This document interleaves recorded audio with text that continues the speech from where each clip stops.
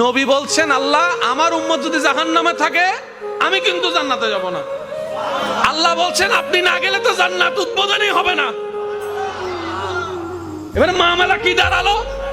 আল্লাহ পাক বলে যে আমি তাহকামুল হাকিমিন নিজেকে বলেছি, বিচার না করলেও তো জিনিসটা সুন্দর হয় না। ও নবী একটা কাজ করেন, ওয়ালা সাউফা ইউতিকা রাব্বুকা ফাতারদা, আমি কাউকে বলি নাই, আপনাকে না বলেছি। আমার সাল্লাল্লাহু আলাইহি রাহমাতাল লিল আলামিন কারো সম্পর্কে নাজিল করি নাই, আপনাকে দিয়েছি। ওয়ালাল আখিরাতু খায়রুল লাকা মিনাল উলা, কাউকে বলি নাই, আপনাকে বলেছি। আর আমি আল্লাহ ভালো করে জানি আপনি হচ্ছেন উম্মতের দরদি নবী। আপনি নিজের জন্য কাঁদেন নাই, সন্তানের জন্য কাঁদেন নাই, পরিবারের জন্য কাঁদেন নাই, নাতির জন্য কাঁদেন নাই, যত কেঁদেছেন জীবনে সবকিছু উম্মতের জন্য। এমনকি হাসরের ময়দানে যখন সর্বপ্রথম আমাদের নবীকে আল্লাহর হুকুমে তোলা